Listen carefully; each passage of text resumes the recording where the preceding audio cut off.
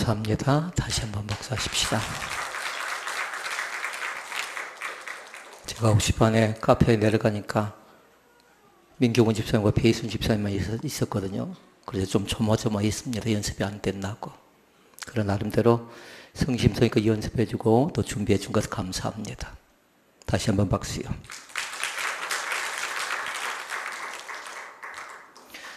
노트에다 적으면서 말씀을 듣는 사람들은 안 된다를 왼쪽 편에 딱 적어놓도록 하십시오. 눈치껏 오른쪽 편에 뭔가요? 왼쪽 편에는 안 된다. 오른쪽 편에는 된다. 그런데 가운데다가 두 가지를 딱 생각해야 돼요. 안 된다 할 때에 사탄의 청개구리 같은 음성이 있답니다. 그것이 1번이에요. 2번은 뭐냐면요. 성령 하나님께서 주시는 음성이 있어요. 안 된다 할 때 사탄의 음성은 뭘까요? 그래, 너 해봤자 안 될 것이야 하고 조롱합니다. 2번이 뭐였어요? 그런데 성령 하나님께서 또 우리 가운데 말씀합니다. 그래, 너는 힘들지만, 너는 어렵지만, 너는 약하지만, 너는 부족하지만, 너는 할 수 있어. 너는 한다. 너는 된다. 아멘. 안 된다? 누구의 소리라고요? 사탄의 소리 들으면 더 못하고 더 안 될 가능성이 있어요. 그런데 성령의 음성을 들으면요. 된다. 할 수 있다. 그러나 중요한 것이 있어요. 믿음 안에서 할 수 있기를 바랍니다.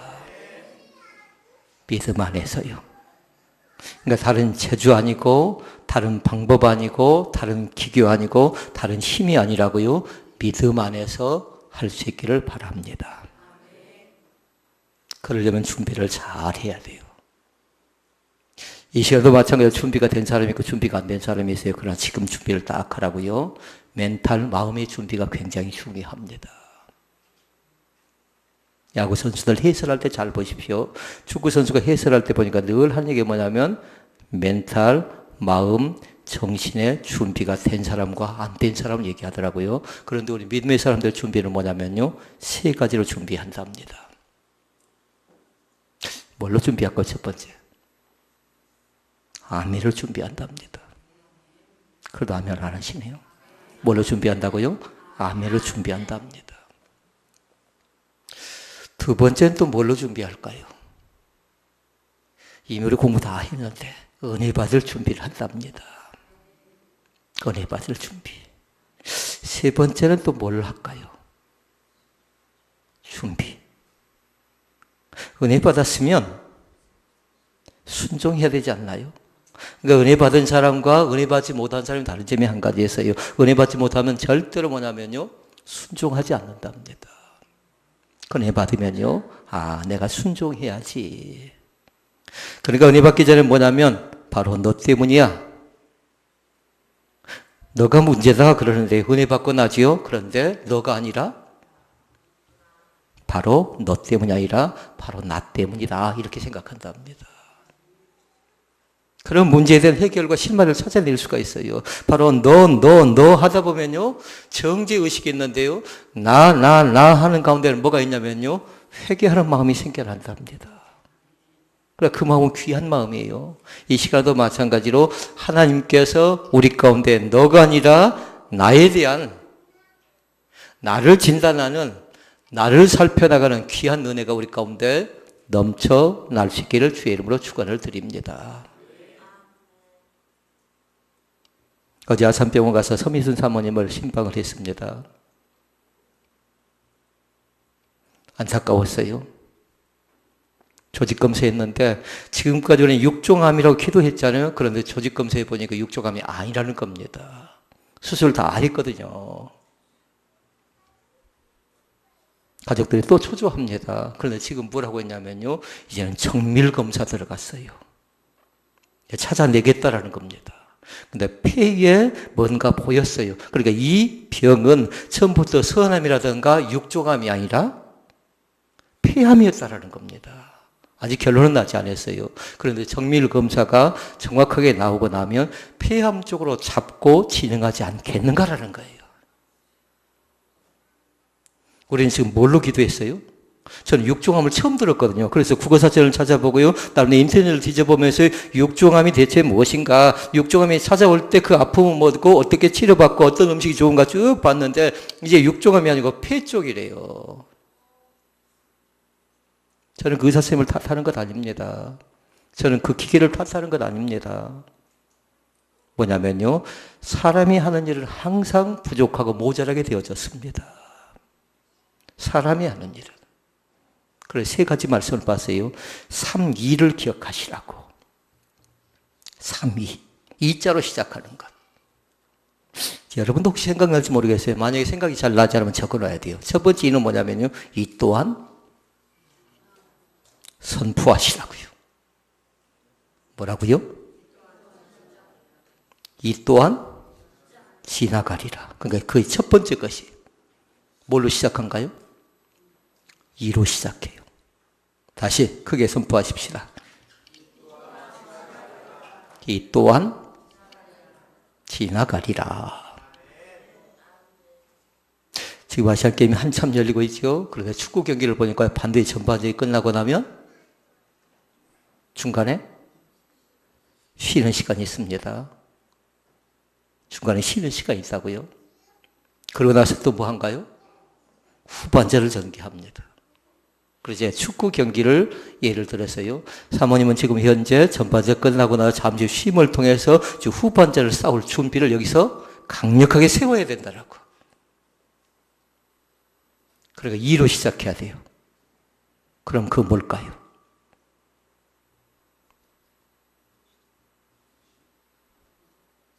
가볍게 맞추면 안 돼요. 이 또한 지나가리라 했고 이제 다시 시작입니다. 아멘. 후반전을 싸울 준비를 하는 겁니다. 이제 다시 시작인 겁니다. 마음에서 절대로 지지 않고 생각에서 절대로 지지 않고 그동안 신앙생활을 어떻게 해왔는가, 앞으로 신앙생활을 어떻게 할 것인가, 어떻게 기도해왔고 어떻게 교회를 섬겨왔는가를 잘 진단해보고 나서 이제 후반전에 어떻게 하겠다라는 거예요? 하나님 보시기에 바르게 다시 시작하겠다라는 겁니다. 그걸 모를까요? 그 사모님도 알 것 같아요. 다 평범한 것입니다. 그런데 사람들이 그걸 잃어버리고 지나갈 때가 있어요. 우리 교인들 가운데 아픔을 겪는 사람들이 있습니다. 우리 교회는 쭉 올라오고 있었어요. 지금 돼 보니까 이제부터 또 쭉 처져가게 되어졌습니다. 그런데 감사한 건 뭐냐면요, 처져갈 때인데 감사하게도 가을은 무슨 계절입니까? 가을. 책을 좋아하는 사람들? 독서의 계절. 제가 독서의 계절을 물었을까요? 가을은 시가 생각나서는 시를 하고요, 노래가 생각나면 노래를 하세요. 그런데 뭐냐면요, 가을은 기도하기 제일 좋은 계절이답니다. 제일 좋은 계절이에요. 그동안 우리가 쭉 올라가다가 처졌는데, 처져가고 있는데요, 처져가는 것 자체가 그렇게 그리 오래 갈 것 같지는 않아요. 왜냐면요, 가을을 만났거든요. 가을을. 그렇지 않으면 우리 교회는 영적으로 축 처질 가능성이 있었어요. 누구 때문에요? 아까 우리 배웠는데 나로 인해서 그런 겁니다. 너 지금 못하고 있느냐? 너 지금 왜 그 마음 갖고 있느냐? 너 왜 그렇게 눈을 그렇게 뜨고 있냐? 너 왜 기도 생활을 그렇게 하고 있느냐고 주님께서 우리 가운데 주신 마음이 있거든요. 그런데 그것을 이 시간 잘 들여다보자라는 겁니다. 그러니까 반드시 원인이 있었어요. 반드시. 어떤 일이든지 간에 결과 앞에서는요, 어떻게 했는가 그 과정이 있었고요. 그런데 그 원인을 잘 살펴보라고. 무엇 때문에? 누구 때문이라고요? 저는 생각해 보니까요, 어제 버스를 타고 가는데요, 그 생각이 들었어요. 하나님, 두 가지 말씀을 주셨습니다. 하나는 나로 인해서 고난이 온다라는 겁니다. 제가 누군가요? 목회자지요. 목회자에서 고난이 온다라는 겁니다. 그러면 성도가 아파할 때에 목회자가 어쩔까요? 같이 아파하는 겁니다. 아침에도 문자가 왔습니다. 이옥조 권사님이 몸이 좀 아픕니다. 박일승 기사님 교회를 들어와서 가시면서 또 그렇게 얘기합니다. 어머니가 아산병으로 가셔서 진료를 받아봐야 될 것 같답니다. 더 마음이 많이 아프더라고요. 하나님께 또 나로 인해서 이렇게 교회에 시대를 주시는데 그래도 감사한 것, 지금은 가을이다. 가을은 기도하기 좋은 계절이다. 그러나 너무 크게 걱정하지 마시기를 바랍니다. 너무 크게 염려하지 않기를 원합니다. 피할 길을 내사 너희로 하여금 넉넉히 감당하게 만들어 주시는 하나님인 것을 믿습니다. 세 번째 말씀이 있었어요. 아까 첫 번째 뭐였어요? 여러분 노트에 또렷하고 정확하게 적어놔야 돼요. 어려워도 힘들어도 반드시 지나가게 되어져 있다라는 겁니다. 그리고 이제 다시 시작입니다. 여성들은 두 주먹을 불끈지라고요. 남성의 힘이 두 주먹을 불끈지면 힘이 있을 것 같지요. 그런데 여성들이 두 주먹을 불끈지면서 기도하지요. 그 힘 자체가 은혜의 손이랍니다. 그 힘 자체가 능력의 손이라고요. 왜냐하면 주님께서 붙잡아 주어야 돼요. 주님께서 함께해 주어야 됩니다. 세 번째 말씀이 있었어요. 학계 말씀 보니까 나중 영광이 이전 영광보다 크리라 이렇게 말씀했어요. 이전에 아무리 크나큰 영광을 받았어도 나중에 더 큰 영광을 돌릴 수 있는 기회가 온다라는 겁니다. 그러니까 그 말씀도 잘 적어 놓으시라고요. 이전 영광보다도 나중의 영광이 더 크게 우리 가정 가운데 또 나에게 우리 교회에 이 나라 이 민족 가운데 세계 열방 가운데 나타나게 될 줄로 믿습니다. 세 가지 준비하라고 했어요. 하나는 뭐라고요? 세 가지 준비하시라고 했다고요? 아멘할 준비, 그 다음에 은혜 받을 준비, 그 다음에 순종할 준비하시고, 그리고 그 사모님을 향해서 제가 신방할 때 3.2를 말씀드렸다고 했어요. 이 또한 지나가리라, 이제 다 시작이다, 이전 영광보다도 나중 영광이 더 크리라 라고 말씀했어요. 그러면서 물었습니다. 결론적인 말씀으로, 그러면 그 하나님이 대체 어떤 분입니까? 물었어요. 사모님이 믿는 하나님이 대체 어떤 분입니까? 내가 믿는 하나님이 대체 어떤 분입니까? 라고 물었습니다. 각자 다 다르겠지요. 구원의 하나님, 치료의 하나님, 회복해 주실 하나님, 여러 가지가 있겠지요. 그런데 제일 감사한 건 뭐냐면요, 참 좋으신, 제가 그렇게 얘기시켰을까요? 참 좋으신까지는 했는데 나의 하나님으로 시켰을까요? 뭘로 시켰을까요? 미순이의 하나님. 그분이 미순이거든요. 참 좋으신 미순이의 하나님이라고 그렇게 똘싸고 정확하게 고백하라는 겁니다. 이 시간 묻습니다. 우리 하나님 어떤 하나님이십니까? 현주는 안 왔나요? 왔나요? 고백해 보실래요? 참 좋으신? 이름이 없었나요? 가선이는 왔나요? 하나님께서 우리 가운데 말씀하실 때에 참 좋으신 나의 하나님 되신 것을 믿습니다. 신문을 봤는데요. 어떤 날 광고가 하나 났습니다. 자동차를 파는데 1,000원에 팔겠답니다. 이 기사를 보고 사람들이 웃었습니다. 대체 뭘까? 왜 신문에 광고까지 해서 저렇게 난리 법석일까? 그러면 세 가지로 생각을 합니다. 거짓말일 것이다. 또 장난일 것이다. 또 하나는 뭐냐면 자동차가 가짜일 것이다. 이렇게 생각을 하고 사람들이 관심을 나타내지 않습니다. 그런데 한 사람이 호기심 반으로 찾아가서 물었습니다. 자동차 광고를 1,000원에 판다고 했는데 진짜입니까? 물어보니까요. 그 사람 얼굴을 보니까 진지해요. 여성인데요. 그러니까 거짓은 아니에요. 진짜라고요. 자동차를 1,000원에 팔겠다는 말 자체가 진짜예요. 그래서 물었습니다. 왜 자동차를 1,000원에 판다고 이렇게 내놓았습니까? 물었어요. 그랬더니 그분이 쑥스럽게 얘기합니다. 남편이 죽었다라는 겁니다. 그리고 유서를 썼는데요. 그 유서 안에가 발견된 내용이 뭐냐면 내가 죽은 후에 내 자동차를 팔아서 뭐라고 했을까요? 잘 몰라요? 내 자동차를 팔아서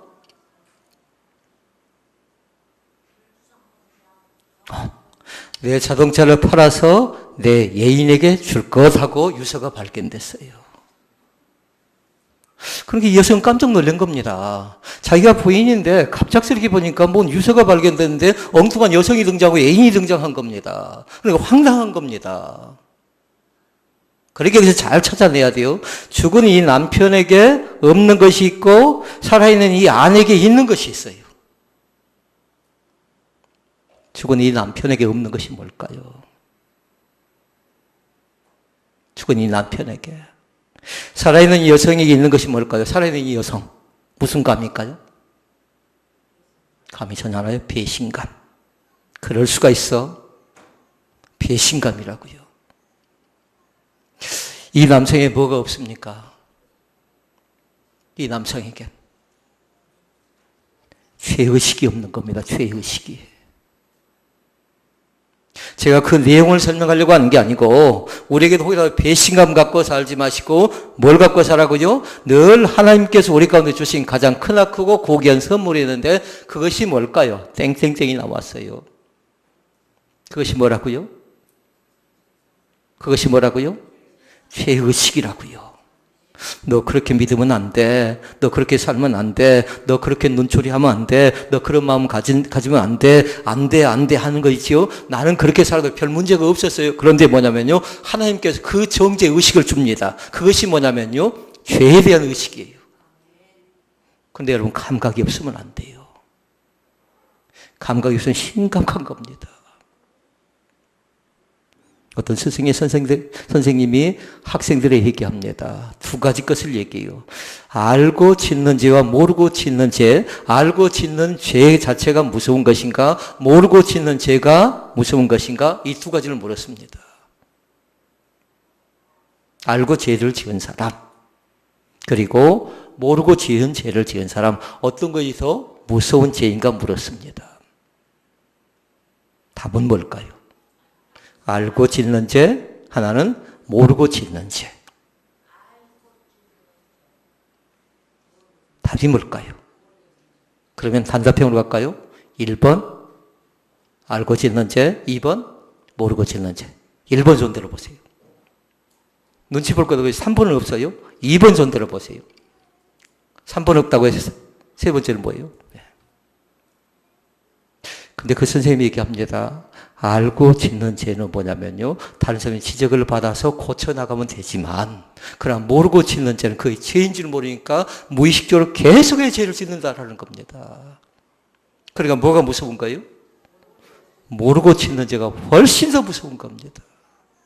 감각이 없어요. 그것이 죄인지 아닌지 그런 감각이 없다라는 겁니다. 그러니까 모르고 짓는 죄, 그걸 합리화시키지 않기를 원합니다. 몰랐다고요? 이미 다 들어서 알았지요. 신앙생활 우리가 10년 했나요? 20년 했나요? 30년 했나요? 다 알고 있었는데 우리 자신들 가운데 있는 양심이라는 거 있는데 양심이 화인 맞으면 결단코 되지 않습니다. 양심이 화인 맞으면요. 우리가 잘 아는 사람이 있습니다. 헤롯이라는 사람이 있습니다. 그리고 이스라엘의 두 번째 왕이 있습니다. 여러분 대답하셔야죠. 다윗이라는 사람이 있습니다. 그런데 이 두 사람이 너무나도 달라도 너무나도 많이 달라요. 헤롯은 어떤 사람이냐면요. 자기 부인과 이혼합니다. 그리고 나서 자기 동생이죠. 자기 동생의 아내를 취해서 자기 부인을 삼습니다. 그때 이것을 쳐다보고 있는 사람이 있어요.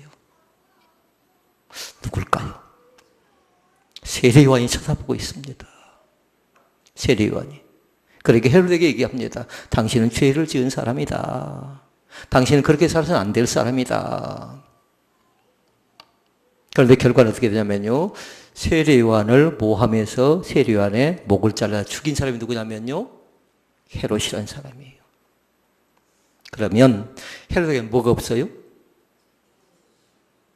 여러분 오늘 답은 뭐라고? 땡땡땡이라고요. 헤롯에게 뭐가 없어요? 주보에 적어놨어야 돼. 이미 죄의식이 없다고요. 다윗은 어쩝니까? 다윗도 별반 다를 바가 없는 사람이에요. 자기의 신하가 있습니다. 우리아라는 사람의 아내를 취해서 어떻게 합니까? 그 사람의 아내를 취해서 자기 부인을 삼고요. 그걸 또 쳐다보는 사람이 있다고요. 누가 쳐다보고 있습니까? 나단 선지자가 그걸 유심히 보고 있다가 다윗에게 얘기하죠. 그러니까 다윗이 그걸 놓고 깨닫습니다. 죄를 인정합니다. 죄를 고백합니다. 통회하면서 침상의 요가 다 적혀질 정도로 회개합니다. 그러니까 다르지요. 다윗에게 뭐가 있어요? 죄의식이 있습니다.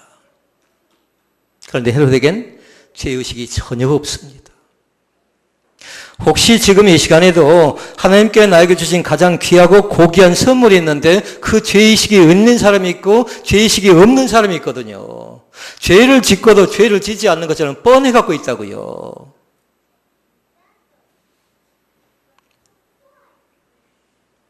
아담과 하와가 나옵니다. 에덴 동산에 나옵니다.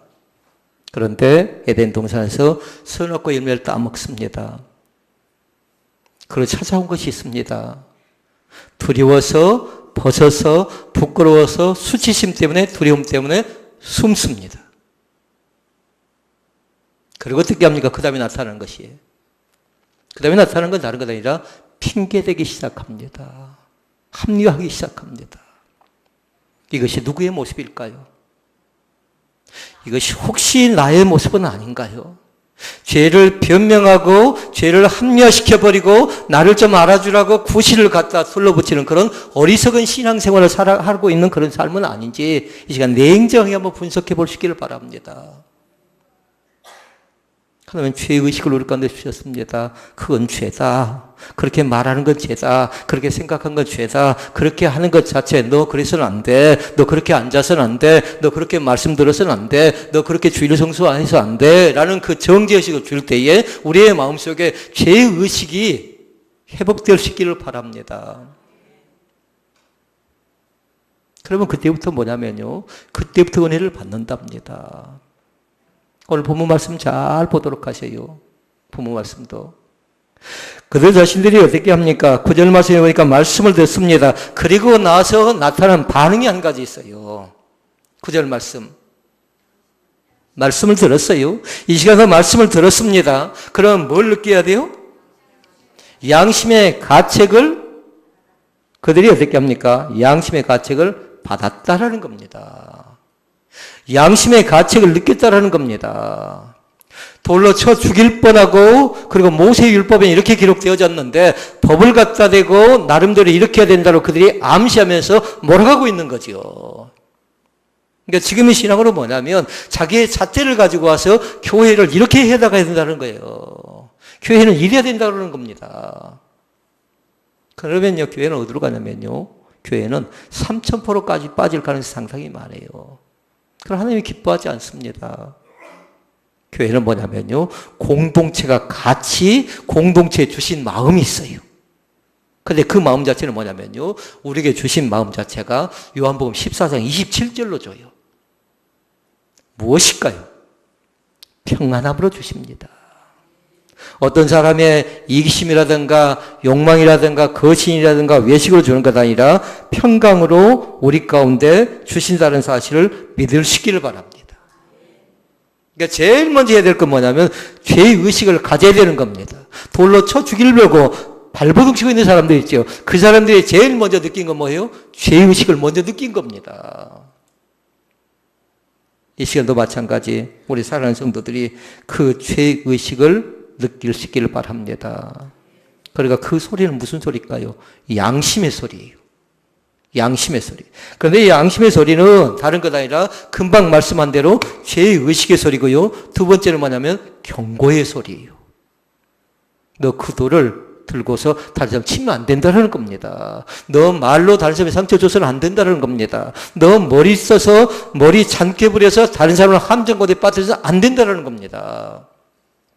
그거 뭘까요? 경고라고요. 그러니까 우리에게 들려온 소리가 두 가지를 들려와야 돼요. 하나는 양심의 소리로 들려와야 되고 하나는 경고의 메시지로 들려야 돼요. 근데 경고의 메시지를 들릴 때는 뭐냐면요. 그래도 그 사람을 불쌍히 여기서 기회를 주는 겁니다.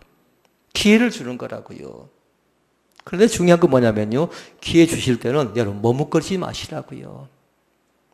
우왕좌왕하지 마시라고요. 기회 줄 때 어떻게 해야 돼요? 붙잡으시라고요.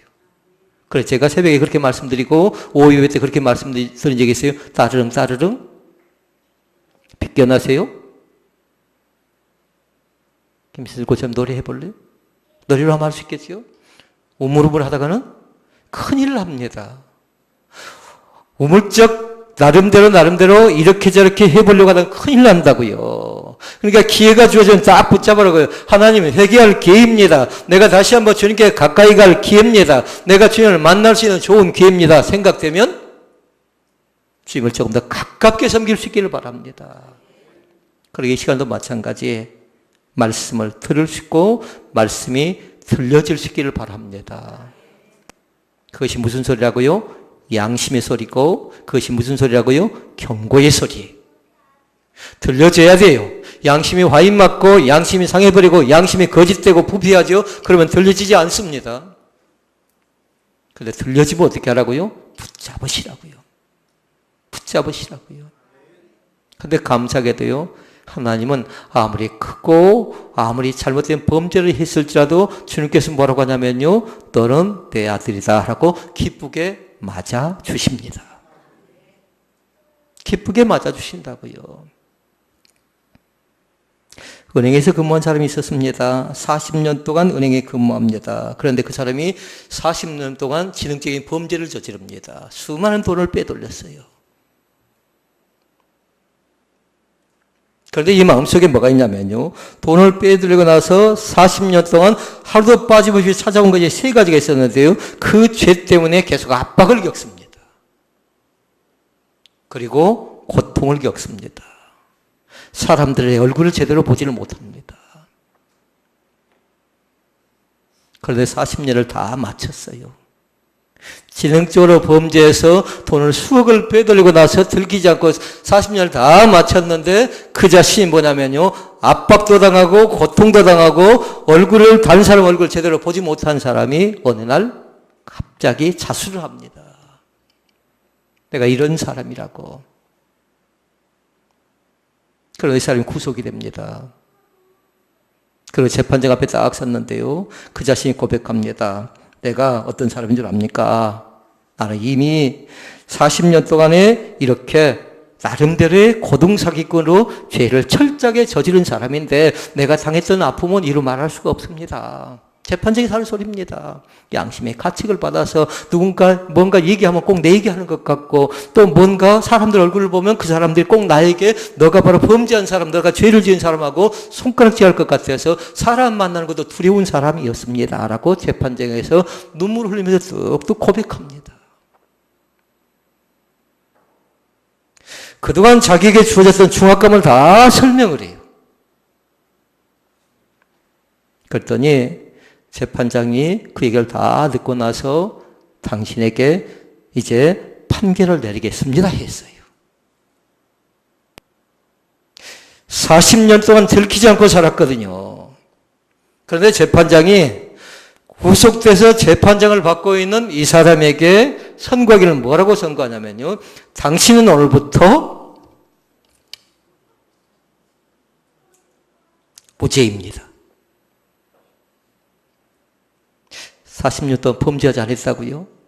혹시라도 우리도 고등적으로 나름대로 이렇게 저렇게 다른 사람 보기에 큰 사기는 치지 않은 사람일지라도 마음속에 나름대로 견고한 진으로 몇 년 동안 이렇게 견고하게 진치는 그 부분이 보였다면요. 먼저 주님께 고백하시라고요. 그럼 주님께서 우리 가운데 선고해 주신다고요. 근데 고백이 먼저 있어야 돼요. 모르고서 지나가 버린 거 뭐라고요? 모르니까 계속 그렇게 더 죄를 저지르고 더 죄를 저지르고 더 크게 저지르면서 다른 사람에게 아픔을 줄 가능성이 있거든요. 선고하기를 당신은 오늘부터 무죄입니다. 선고받으려고 하면 뭐 하라고요? 고백하시라고요. 사수에서 광명 찾으라고요. 주님, 죄 있는 내가 또다시 이렇게 주님 앞에 나섰습니다. 그러니까 말씀에 대한 결론은 다른 것 아니에요. 한 줄로 내립니다. 하나님께 주신 가장 크고 위대한 선물은 우리에게 뭐라고요? 죄의식입니다. 죄의식은 하나님께서 우리 가운데 주신 가장 크나큰 선물인 것을 믿습니다. 고백하면 하나님은 나에게 선고해 주십니다. 지난 과거에 너 그런 사람 아니냐? 너 이렇게 범죄하고 너 이렇게 술 취하고 너 이렇게 계략 꾸미는 어리석은 사람 아니냐? 그렇게 묻지 않고요. 죄를 고백하고 자백하면 하나님은 우리 가운데 선고하시는데 너는 오늘부터 무죄라고 말씀해 주십니다. 기도하시겠습니다.